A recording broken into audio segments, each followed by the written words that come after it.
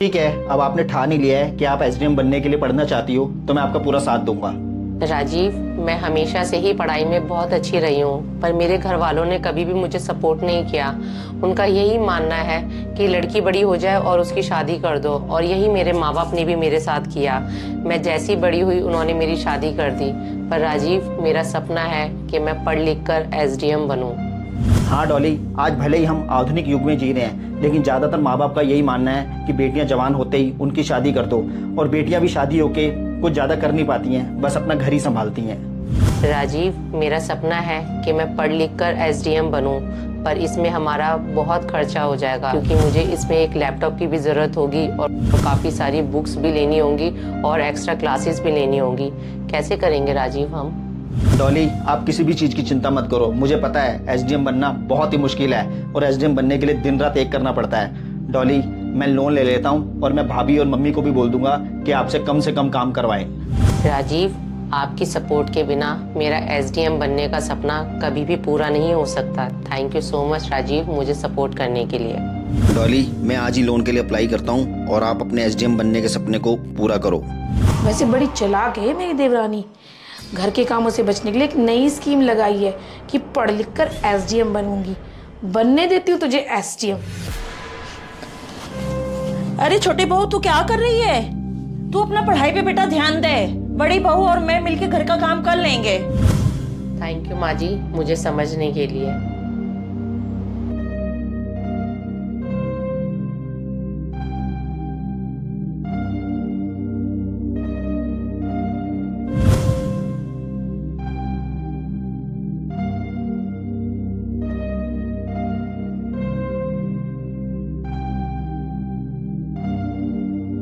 अरे ये देवरानी ने तो एसडीएम बनने के चक्कर में सारे घर के काम ही छोड़ दिए हैं, और मम्मी जी और देवर जी को तो अपना नौकर बना के रखती है, और मम्मी जी और देवर जी भी इसे घर का कोई काम नहीं करने देते। कुछ तो करना पड़ेगा ताकि ये पढ़ ही ना सके, और पढ़ेगी नहीं तो कहाँ से बनेगी एसडीएम। लगाती हूँ कोई तरकीब। ऐसा करती हूँ, हाथ दर्द का बहाना ही करके बैठ जाती हूँ। ओह ओह माँ, अरे भाभी जी, क्या हुआ आपको? वो क्या है ना डोली, आज मेरे हाथ में बड़ा तेज दर्द हो रहा है, तो क्या रात का खाना तुम बना लोगी?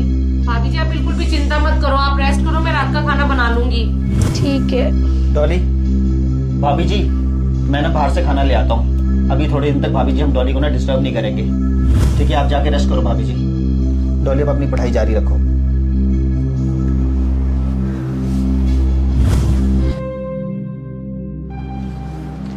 अरे छोटी बहू। जी माँ जी। बेटा, पढ़ाई के साथ साथ में भी अपने खाने पीने का ध्यान रख बेटा। 10-10, 12-12 घंटे लगातार पढ़ती रहती है बेटा। मम्मी जी, आप मेरी बिल्कुल भी चिंता मत किया करो, मैं अपने खाने पीने का ध्यान रख लूंगी।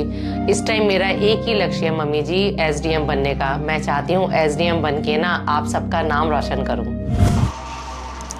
ये ना एसडीएम बने या ना बने, पर मम्मी जी और देवर जी को इसने ना अपना नौकर तो बना ही लिया है, और मम्मी जी को भी पता नहीं क्या है, इसकी बातों में आती रहती हैं। बेटा, तू जिस तरह से मेहनत कर रही है ना, एक दिन तू एसडीएम बन के ही रहेगी।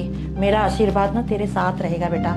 हे भगवान, अब जाके फुर्सत मिली है इन घर के कामों से, और वो महारानी बैठ जाती है पढ़ाई का बहाना करके, और मुझे और मम्मी को लगना पड़ता है इस घर के सारे काम करने में। चलो थोड़ी देर फोन ही देख लेती हूँ। अरे ये कैसी पोस्ट है? एक गरीब आदमी ने अपनी पत्नी को लोन लेकर पढ़ाया और उसे एसडीएम बनाने में उसकी मदद की, और उसी पत्नी ने एसडीएम बनते ही अपने पति को छोड़ दिया और उसे तलाक दे दिया। हे भगवान, कलयुग आ गया है, कलयुग। पर ये खबर तो मेरे ही काम की है। हमारे घर में भी तो देवर जी देवरानी को पढ़ाने में उसकी मदद कर रहे हैं, और उसे एसडीएम बनाएंगे, और वो भी लोन लेकर। अब बनने देती इसे एसडीएम। मम्मी जी, ये देखो क्या खबर आई है। एक गरीब आदमी ने अपनी पत्नी को लोन लेकर पढ़ाया और उसे पढ़ा लिखा कर एसडीएम बनने में उसकी मदद की, और उसी पत्नी ने एसडीएम बनते ही अपने पति को तलाक दे दिया। मम्मी, ये कहानी कहीं हमारे घर में ही ना हो जाए, क्योंकि देवर जी भी तो देवरानी को पढ़ा लिखा कर एसडीएम बनाने की तैयारी कर रहे हैं। अगर ऐसा हो गया ना मम्मी तो गजब हो जाएगा, गजब। क्योंकि देवरानी जी एसडीएम बनते ही देवर जी को दे देगी तलाक, क्योंकि कहाँ एक एसडीएम और कहाँ देवर जी की साधारण सी नौकरी। हाँ, क्या कह रही बड़ी बहू? जब भी तो हमारे बड़े बुजुर्ग कहते थे लड़कियों को पढ़ाओ लिखाओ मत, ना उनको नौकरी करवाओ, उनको घर में ही रखो। हाँ मम्मी जी, सही कहते हैं लोग। अगर औरत कमाने लग जाए ना तो सबको ना उंगलियों पे नचाती है, उंगलियों पर, और उसमें घमंड भी आ जाता है। और अगर ये एसडीएम बन गई ना तो हमें तो नौकरी बना देगी, नौकर, और देवर जी को तो छोड़ ही देगी। सोच लो मम्मी जी, मुझे तो सोच के ही डर लग रहा है। हाँ बड़ी बहू, सही समय पर हमारी आंखें खुल गई। अब हमें इसे रोकना होगा पढ़ने से।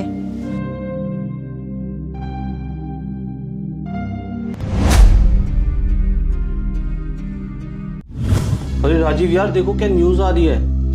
एक पति ने अपनी पत्नी को लोन लेकर पढ़ाया लिखाया और पत्नी ने एसडीएम बनते ही अपने पति को दिया तलाक। भाई मैंने इसीलिए ही शादी होने के बाद अपनी बीवी को मना कर दिया था कि ना तो तुम्हें पढ़ाऊंगा और ना नौकरी करवाऊंगा, क्योंकि ये पढ़ाई और नौकरी करने के बाद ना बीवियां हाथ से निकल जाती हैं।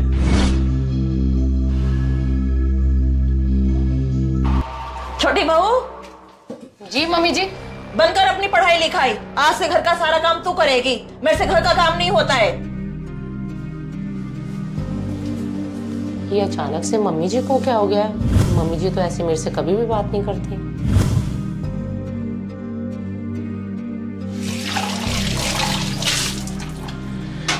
चलो घर के भी सारे काम हो गए हैं, खाना भी बना दिया है, थोड़ा सा टाइम मिला है, ऐसा करती हूँ पढ़ लेती हूँ। पर मुझे ये समझ नहीं आया अचानक से मम्मी जी को क्या हो गया है। मम्मी जी तो कभी भी मेरे साथ इस तरीके से बिहेव नहीं करती हैं, हमेशा मुझे बोलती हैं कि बेटा तू पढ़ाई कर। कोई बात नहीं। सुन डॉली, जी भाभी जी। ये पकड़ और कपड़े धो। और मम्मी जी ने कहा है कि आज से तू झाड़ू पोछा करेगी, खाना बनाएगी और कपड़े भी तू ही धोएगी। बहू तू पढ़ना लिखना बंद कर दे, हमें नहीं करवानी तेरे से नौकरी। मेरा बेटा तो इतना कमाई लेता है, तेरा खर्चा उठा लेगा वो। कोई जरूरत नहीं तुझे पढ़ लिख के नौकरी करने की, समझ गई ना? सुन लिया मम्मी ने क्या कहा है। और अब बहुत कर ली तूने अपनी मनमानी। झाड़ू पोछा उठा और शुरू हो जा काम पे। भाभी, मम्मी, ये क्या चल रहा है हमारे घर में? इतनी देर से बाहर खड़ा होकर सुन रहा हूँ मैं। ऐसा है देवर जी, जो हो रहा है ना ठीक ही हो रहा है, और आपकी तो भलाई के लिए ही हो रहा है। ये अगर पढ़ लिख कर एसडीएम बन गई ना तो आपको दे देगी तलाक, और आप तो नौकरी कर ही रहे हो। इसको पढ़ लिख कर नौकरी करने की क्या जरूरत है?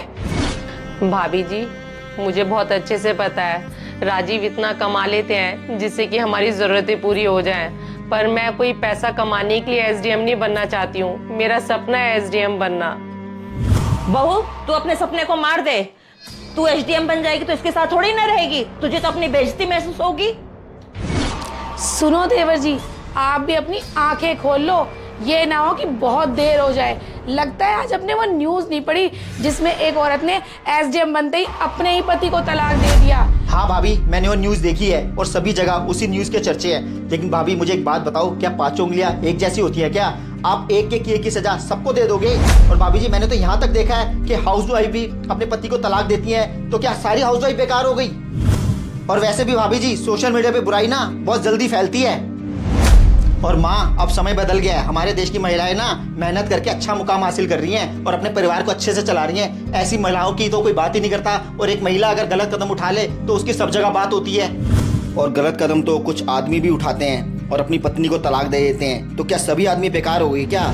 माँ, मेरे खुद के ऑफिस में 180 लोग काम करते हैं, जिसमें 50 तो महिलाएं काम करती हैं, और शायद 2-4 को छोड़कर बाकी सारी महिलाएं शादीशुदा हैं और सब अपने परिवार को बहुत अच्छे से पाल रही है। माँ, मेरी आपसे हाथ जोड़कर विनती है माँ कि डॉली को पढ़ने दे। माँ, डॉली को पढ़ने दे, इसका सपना पूरा करने दे माँ इसे।